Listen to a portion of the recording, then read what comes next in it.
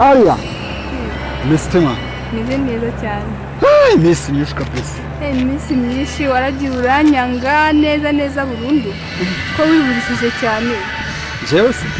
Sha wapi ntabwo ngiye niburishije ndahari kabisa. Mariburishije kashize kinini ndabona arakuza arabaye igisore kabisa. Heruka kera twiga. Amakuru se? Makuru ni meza. Ndabona umeze neza. Sharenze ndaho by'iminsi. Umeze neza pe. Umuntu yatwawe n'akazi kakabaye kenshi nyine umuntu akihugira. Sha ndabibona. Wese umeze neza ariko. I'm fine too. Okay. None se Ariane. Ndabona usa neza ninde uri ko kwitaho se? Nta numwe. Serious?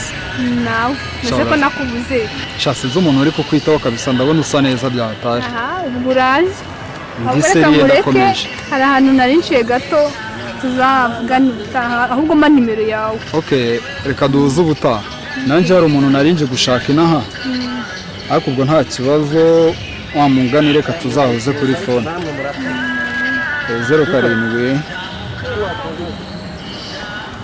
Zana nyiguhereza nawe.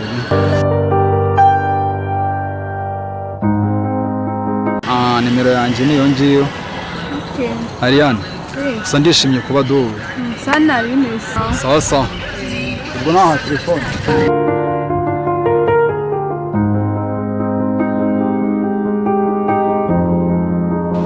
Umuntu wawe ari he? Ngiyeyo maze iminota 10. Akazi kanjye kaba gapfije na kwijana. Mbwira. Nihangana ratuye rwose. Mu minota bike cyane. Kugeza ryarize. Byibuze nihangana nk'iminota 2. Nabageze hano. 2 nta kibazo. Nakoze cyane. Urabizi Mujye mubasigiye bana. Ibyo ndimo gutegura. Kandi urabizi ko mu gihe tumaranye ntabwo ndagutengura. Nihanganira nikosa ryawe. Ako ushobora kuba bigiye kuba? Nihangane. Nta bintu byose umuntu iminota 2 gusa. Nta kibazo. Iminota 2. Ubu se bwo ntishize. Bimeze bite ko mbona? Ibintu ni amahoro. Ni amahoro? Ni amahoro kabisa. Hari tunaburanye ariko. Twaraburanye. Akazi kabaye kenshi nawe urabizi. Reba biriya bibanza tutarashyira ku isoko. Ariko nkawe kweri utuma boss ndeba nabi nkizi sawurire. Munyihanganire rwose. Umuntu twari duhuye mu muhanda hariya amuzaho gatoya. Ariko umuntu akica akazi akica business. Narinje ariko yubaseriye man. Munyihanganire ko natinze. Ibyo nagutumye biri byaciyemo urupapuro yarumpaye nabuze.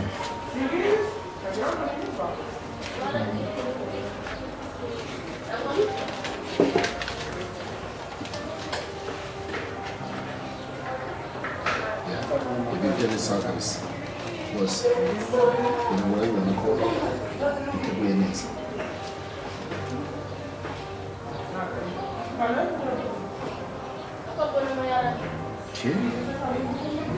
So far so good.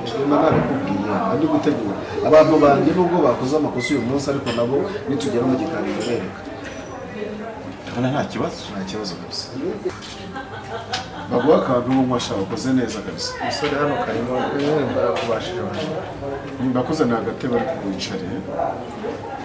Zana agatebe rwose.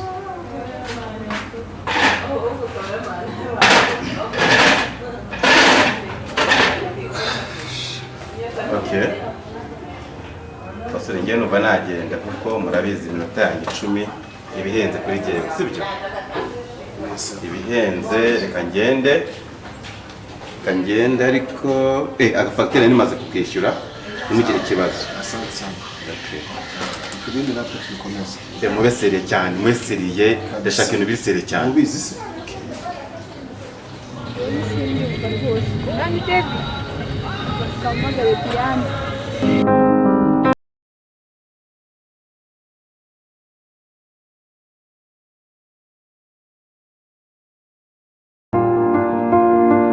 Hello?